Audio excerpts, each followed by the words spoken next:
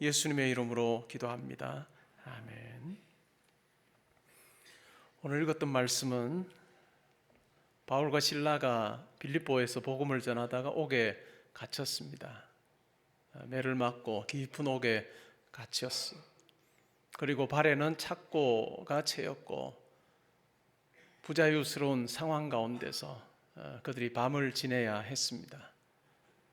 근데 그와 같은 상황에서 하나님께서 놀랍게 역사하셔서 하나님의 섭리 가운데서 이들이 감옥에서 나오게 되고 또 빌립보를 떠나게 되는 그 내용이 이 속에 담겨 있습니다.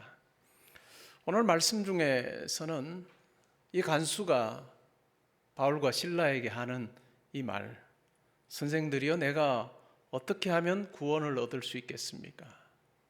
선생들이여 내가 어떻게 하면 구원을 얻을 수 있겠습니까?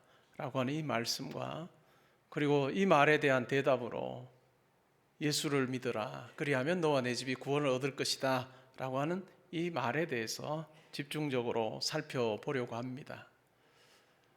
우리가 생각을 해보면 이 간수가 했던 이 물음에 등장하는 구원이라고 하는 이 말은 신약 성경에서 우리가 알고 있는 그 정확한 정의를 담고 있는 말인 것 같지는 않습니다.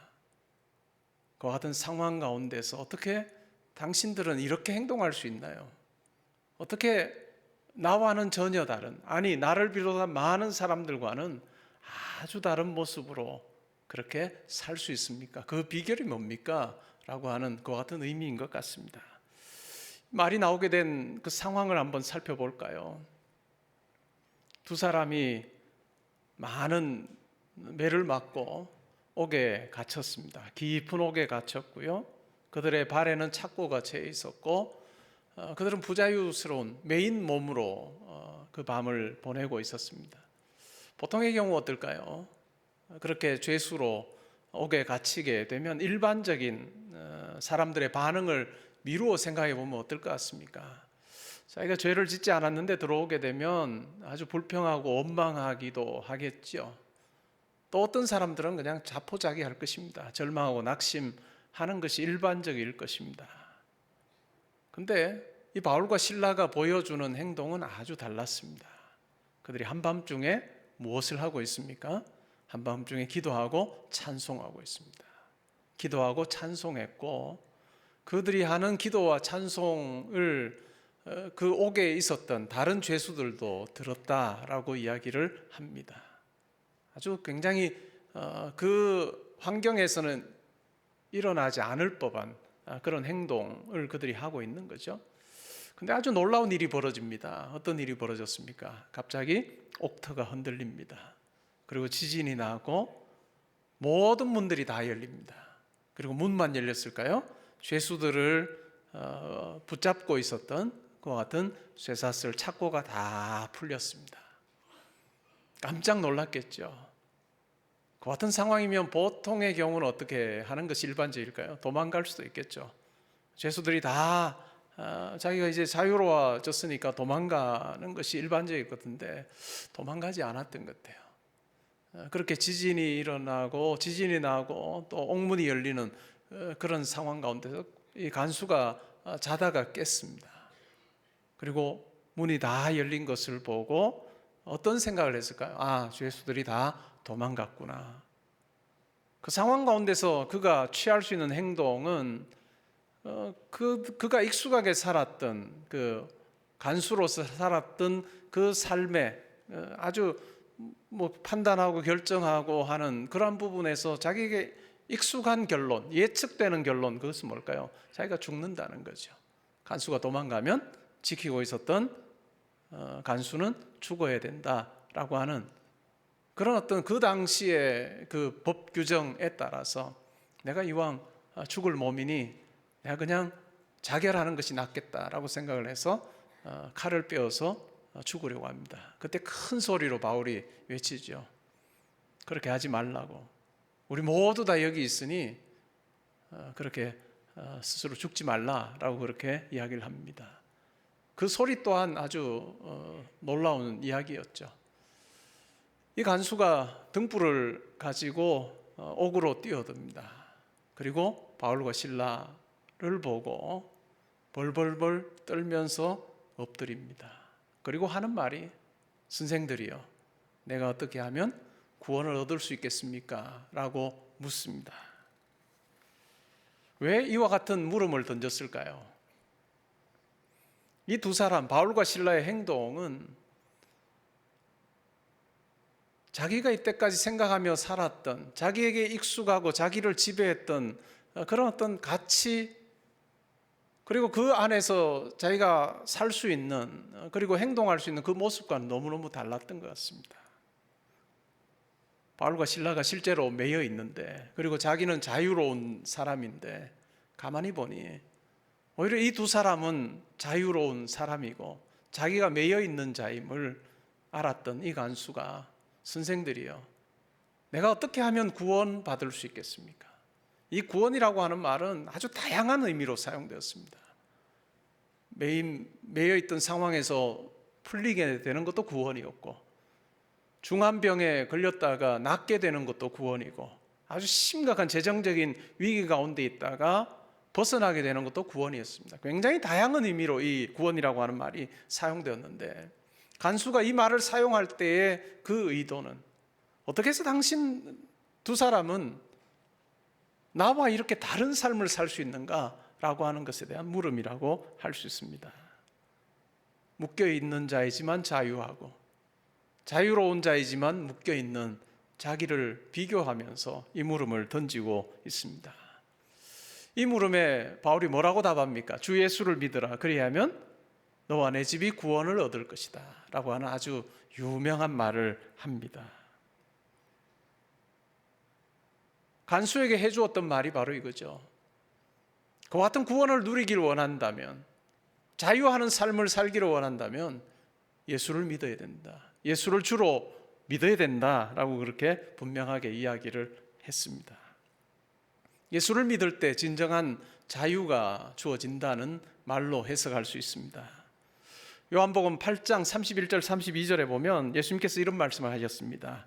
너희가 내 말에 거하면 참으로 내 제자가 되고 진리를 알지니 진리가 너희를 자유롭게 하리라. 진리가 너희를 자유롭게 하리라 라고 그렇게 말씀하셨습니다. 그러자 그 이야기를 들었던 유대인들이 이렇게 말합니다. 우리는 아브라함의 후손으로서 한 번도 남의 종이 되어 본 적이 없습니다. 근데 당신이 왜 자유 이야기를 합니까? 라고 그렇게 반문합니다. 그때 예수님께서는 이렇게 말씀하시죠. 죄를 범하는 자마다 다 죄의 종이다. 아들이 너희를 자유롭게 하면 너희가 참으로 자유롭게 될 것이다 라고 말씀하면서, 예수님께서 자유로워져야 된다라고 하는 것은 죄의 속박 가운데 있던 인간이 참된 진리이신 예수 그리스도를 만남으로 자유케 될 것에 대해서 말씀하셨습니다. 예수를 믿는다라고 하는 것은 죄의 종으로 사는 그 삶을 청산하고 죄로부터 자유로워지는 삶을 사는 것입니다. 죄에 얽매이지 아니하고 자유로운 삶, 그것이 바로 성도의 삶이라 할 수 있습니다. 그러면 예수를 믿으면 완전한 자유자가 될까요? 그렇습니다. 말씀이 이야기하는 대로 예수 믿는 자가 추구해야 되는 삶이라고 하는 것은 죄로부터 자유로워지는 삶입니다. 그런데 그것으로 끝날까요? 죄의 노예로 살던 우리가 예수를 통해서 구원받는다라고 하는 것은 죄의 노예에서 풀려나서 죄 속박을 끊어버리고 풀려나서 완전한 자유자가 되는 것, 그것만을 의미하지는 않습니다. 구원이라고 하는 것은 또 다른 의미가 있습니다. 죄의 노예로 죄에 묶여 있었던 우리가 예수 그리스도를 통해서 구원받았다라고 하는 것은 죄로부터 노임과 동시에 다시 하나님께 매이는 것입니다. 예수 그리스도께 매이는 것, 그것이 바로 구원이라고 이야기를 합니다.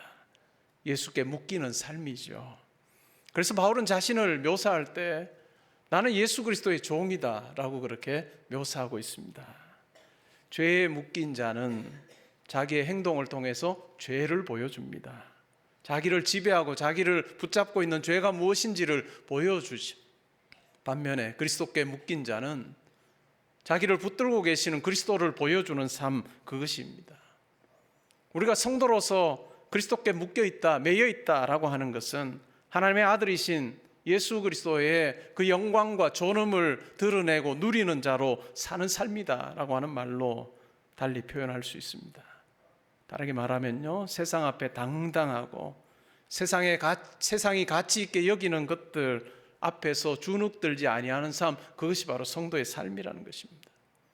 오늘날 성도와 또한 한국교회가 회복해야 되는 모습이 바로 이 모습인 것 같습니다. 매여 있는 자처럼 보인 깊은 감옥에 있지만 그러나 정말 자유하는 자, 그래서 자유했던 간수가 일어난 모든 일들을 보며 그들 앞에 와서 두려워 떨면서 무릎을 꿇고 있는 이 모습, 이것이 교회와 성도가 회복해야 되는 삶입니다. 세상의 가치관에 사로잡혀서 우리의 자유함을 혹시 잃어버리고 살고 있지 않은지 우리는 살펴보아야 할 것입니다. 죄 가운데 사는 이 세상의 모든 사람들의 삶의 모습을 보면 이 세상이 가치 있다라고 이야기하는 그것 앞에 벌벌 떨고 두려워합니다. 주눅들어 삽니다. 여러 가지 것들이 있겠지만 대표적인 몇 가지만 이야기해 보면 물질 앞에 벌벌 떨고 삽니다. 물질을 조금이라도 줄 수 있는 사람이라고 생각하면 그 앞에 자기의 모든 것도 다 꺼내놓고 굴복하는 모습으로 사는 것이 이 땅에서의 많은 사람들의 모습입니다. 그리고 지위와 명예, 권력 앞에 얼마나 많은 사람들이 머리를 숙이며 살고 있습니까? 나에게 그와 같은 것을 줄 수 있는 사람이라고 생각한다면 그가 누구든지 간에 나의 생각과 가치와 맞든지 틀리든지 상관없이 그 앞에 머리를 조아리는 것, 그래서 그것을 얻으려고 하는 것이 이 땅의 많은 사람들의 모습입니다. 지위와 명예 앞에 굽신거리는 것. 그러나 성도는 자유하는 삶을 살아야 합니다. 이와 같은 것들이 도무지 약발이 통하지 아니하는 그와 같은 삶, 그것이 바로 성도의 삶입니다. 꿈쩍도 하지 않는 것, 그것이 바로 성도의 삶이 되어야 됩니다. 세상은 돈을 가진 자를 높입니다. 돈이면 모든 것을 할 수 있다라고 이야기를 합니다. 그러나 교회와 성도는 물질이 전부가 아니라고 하는 것을 분명히 밝히며 그와 같은 삶을 살아내는 것, 그것이 매우 중요한 것 같습니다. 교회는, 성도는 자기가 가진 것을, 물질을 자랑해서는 안 될 것입니다. 물질을 자랑하면서 그것이 자기의 인생을 담보해 줄 것처럼 그렇게 착각하며 살아서도 안 될 것입니다. 교회의 역사를 보면 교회가 타락했던 시기에 교회의 공통된 모습이 있다면 교회들마다 교회 안에 있는 많은 물질을 자랑했습니다. 물질을 자랑할 때 교회는 타락했습니다.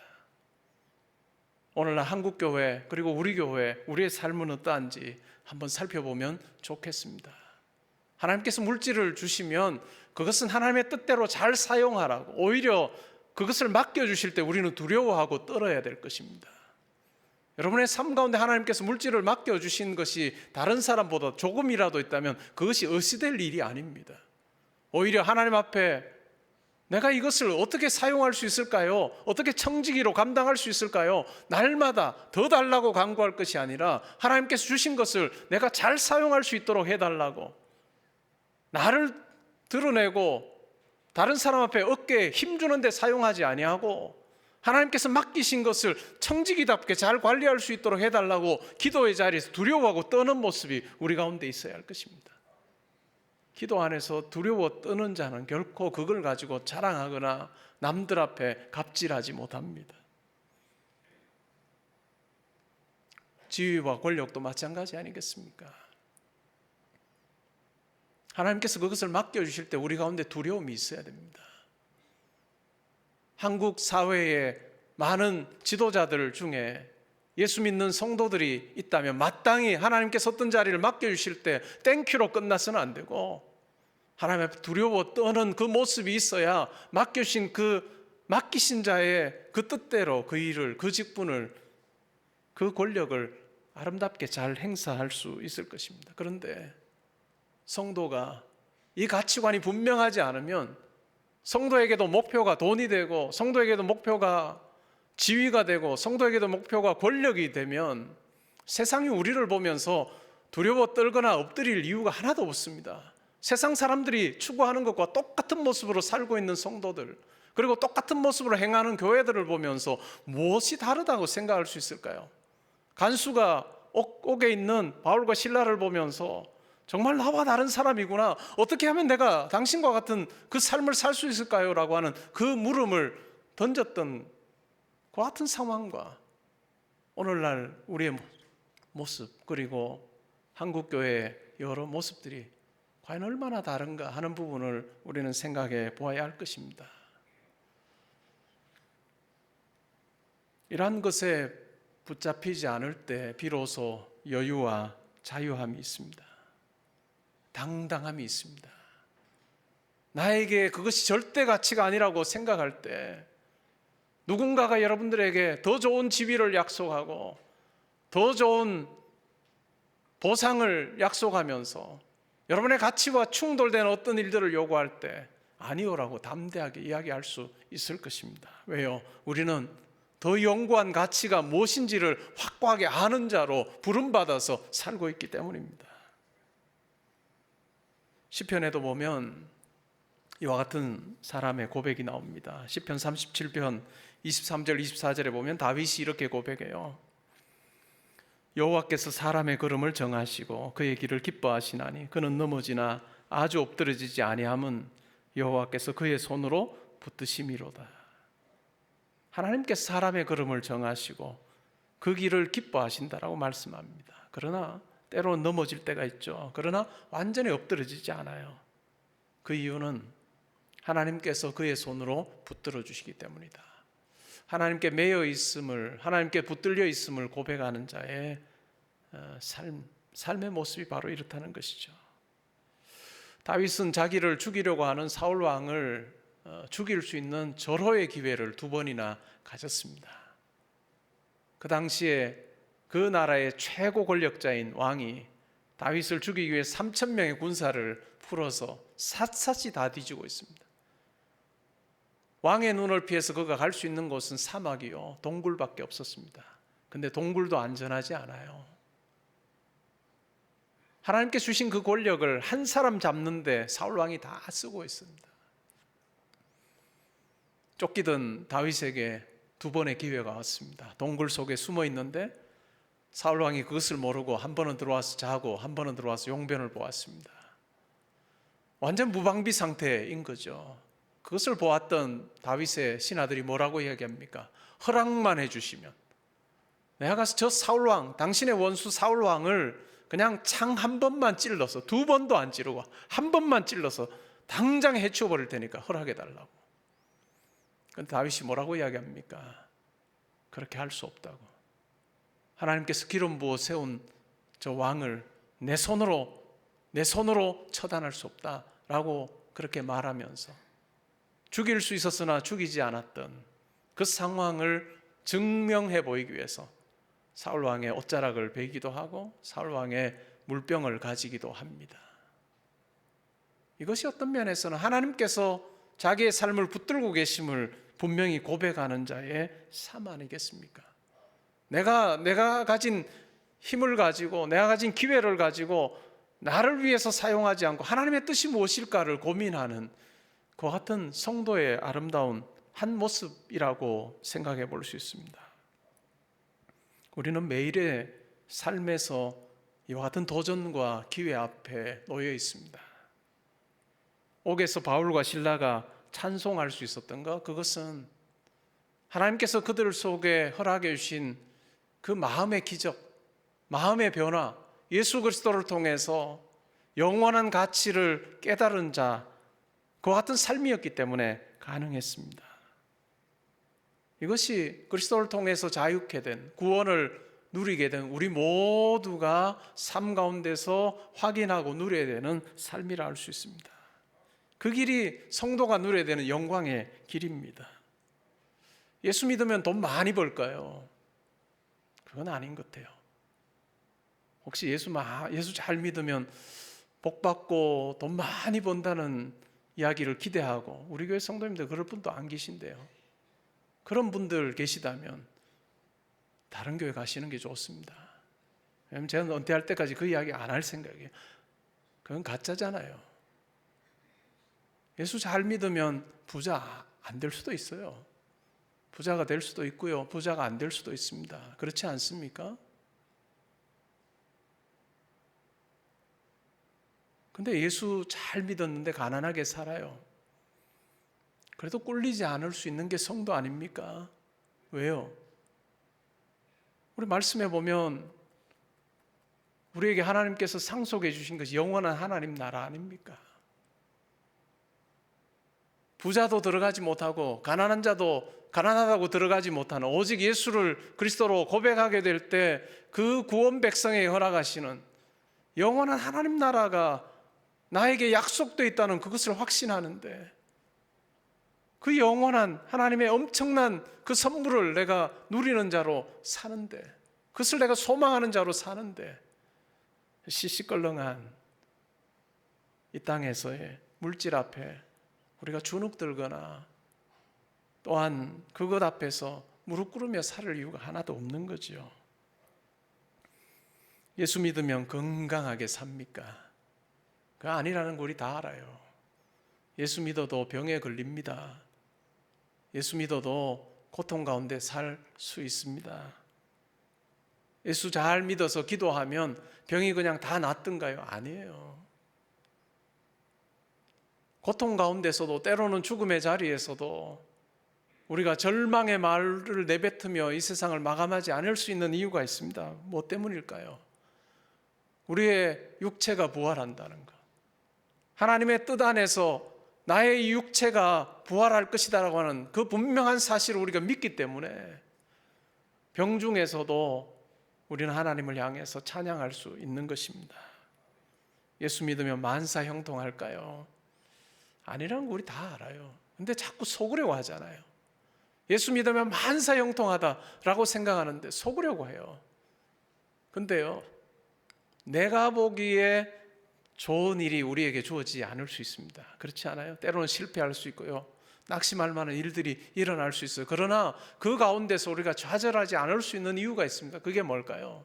하나님께서 자기를 믿는 자녀의 인생길에 가장 선한 길로 인도하신다는 것, 그거 우리가 믿기 때문에 고난의 자리에서도, 때로는 사망의 음침한 골짜기를 다니면서도 좌절하거나 절망하지 않을 수 있는 것이죠. 많은 사람들이 피라미드 꼭대기, 어디서 많이 듣던 이야기죠. 피라미드의 꼭대기를 향해서 올라갑니다. 오를 수만 있다면 다른 사람들을 모함하고 짓밟고 경쟁하고 그 안에서 다 적 만들면서도 올라가면 된다라고 하는 이 세상의 가치관에 얼마나 많이 휩쓸려서 살고 있습니까? 그러나 성도는 그 가치관 아무것도 아님을 분명히 확신하며 살아야 될 것입니다. 누가 우리의 절대적인 가치와 배치되는 뭔가를 우리에게 요구할 때 꿈쩍도 하지 않는 삶, 그것이 바로 성도가 보여줄 수 있는 당당함과 자유함 아니겠습니까? 간혹 총회, 제가 우리 교회가 속해 있는 총회 어떤 어른들이 가끔 저에게 만나면 그런 이야기를 하세요. 이제 이 목사도 총회 일도 하고 뭐도 해야지 라고 이야기를 합니다. 일도 생각이 없습니다. 그러니까 저에게는 그 소리가 아무런 매력이 없는 거죠. 몇 번 이야기하다가 아무 반응 없으니 그 다음부터는 뭐 이야기할 것도 없죠. 근데요, 거기에 마음이 있으면 어떨까요? 그 이야기를 실제적인 힘이 있건 없건 간에 해주는 그 사람 말 계속 듣는 거예요. 내가 어떻게 하면 저 사람 마음 얻어서 조금이라도 일에 더 해볼까라고 하는 것이 사람의 마음이거든요. 근데 우리가 마음속에 품고 살아야 될 것은 그건 아닌 것 같아요. 영원한 하나님 나라에서의 부자로 내가 사는, 그렇다고 하나님 나라에서 내가 더 부자 되려면 여기서 뭐 더 해도 이런 개념 아니에요. 하나님 나라를 상속받은 자로서 내가 기쁨 가운데, 감사함 가운데 바울과 실라처럼 옥중에서도 기도하고 찬양할 수 있는 자로 저로 하여금 살게 해주십시오라고 하는 그 기도가 우리 가운데서 끊이지 않고 있어야 될 겁니다. 하나님께서 여러분들에게 필요 따라 다 채워주실 겁니다. 여러분들이 때로는 구하지 않아도요, 다 주십니다. 구해야만 준다라고 하는 것도 어디서 나온 이야기인지 모르겠어요. 우리가 구해야 주신다면, 안 구한 것 안 주신다면요, 우리 여기 살아있을 사람 하나도 없어요. 우리가 안 구해도 하나님께서 필요한 대로 다 주십니다. 근데 정말 우리가 기도 속에서 해야 되는 기도가 뭘까요? 하나님, 저 이런 정말 멋진 성도로 제가 살고 싶은데 여전히 흔들립니다. 죄 가운데 죄의 노예였던 나의 본성이 여전히 있어서 자꾸 세상의 가치가 더 소중한 것처럼, 그리고 그것이 있으면 더 든든할 것처럼 내가 흔들리고 있는데, 하나님, 제가 흔들리지 않기를 원합니다. 저의 믿음이 더 견고해져서 흔들리지 않는 그 나라를 바라보게 하시고, 또 이 땅에 사는 동안에 하나님의 그 통치를 제 삶을 통해서 보여주게 해주십시오. 나를 붙들고 계신 하나님 아버지를 드러내는 삶, 그 삶을 살기를 원합니다. 어떤 형편과 처지에 있든지 간에 나의 그 본분을 잘 지켜 살게 해주십시오라고 하는 그 기도, 그것이 우리 기도 가운데 필요한 것 같습니다. 하라사키 모모코라고 하는 일본인 여자가 있었습니다. 그는 일본인 목사의 아내였죠. 1978년에 44세의 나이로 세상을 떠났습니다. 악성 폐암으로 이제 살 날이 얼마 남지 않았다는 것을 그가 알게 되었습니다. 한 2달 정도 남았다는 말을 듣게 되었을 때 그가 했던 일은 절망이거나 낙심이 아니었습니다. 절망이거나 낙심이 아니라 일기를 쓰기 시작했습니다. 그러면서 하나님께서 자기에게 베풀어 주신 은혜에 대해서 쭉 적어가는 그 같은 시간들을 가졌습니다.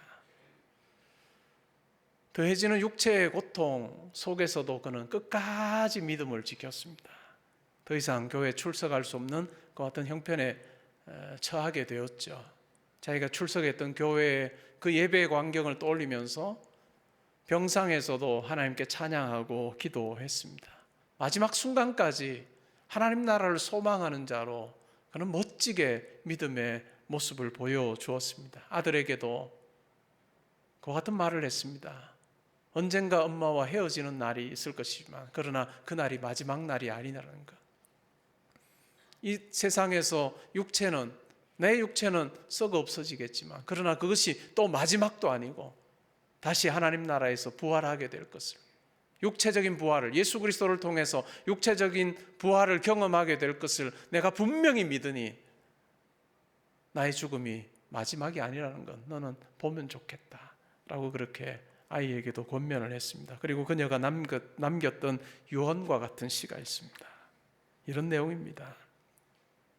내 신음이여 내 찬미의 노래가 되어라.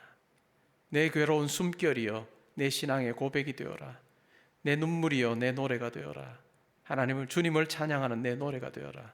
내 병든 육체에서 나오는 모든 숨결이여 호흡의 곤란이여 기침이여 주님을 찬송하라. 내 영이여 땀이여 내 숨결이여 최후까지 내 구원의 주를 찬송하라. 이것이 성도의 모습입니다. 하나님 나라를 소유한 성도의 자유함이고 여유로움일 것입니다.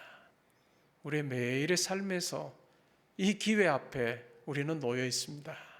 세상의 도전 앞에 담대하게 아니오라고 이야기를 하고 영원한 가치를 우리에게 허락하신 하나님의 뜻을 붙들고 주님 주신 기회 속에서 이 세상을 향해 당당하고 자유롭고 담대한 모습으로 사는 저와 여러분이 될 때 우리의 삶을 보고 있는 우리 주변의 많은 사람들이 어찌하면 당신처럼 구원받을 수 있느냐 하는 물음을 우리에게 던질 것입니다. 그때 바울처럼 우리를 죄에서 자유케 하신 예수 그리스도를 전하면 좋겠습니다. 주 예수를 믿으시오. 그러면 구원받습니다. 라고 하는 우리의 말, 우리의 이 전도의 내용이 우리의 삶에서 잘 증명되는 그 같은 삶 사시는 우리 모든 성도님들 되시기를 주의 이름으로 축복합니다. 자, 기도하겠습니다.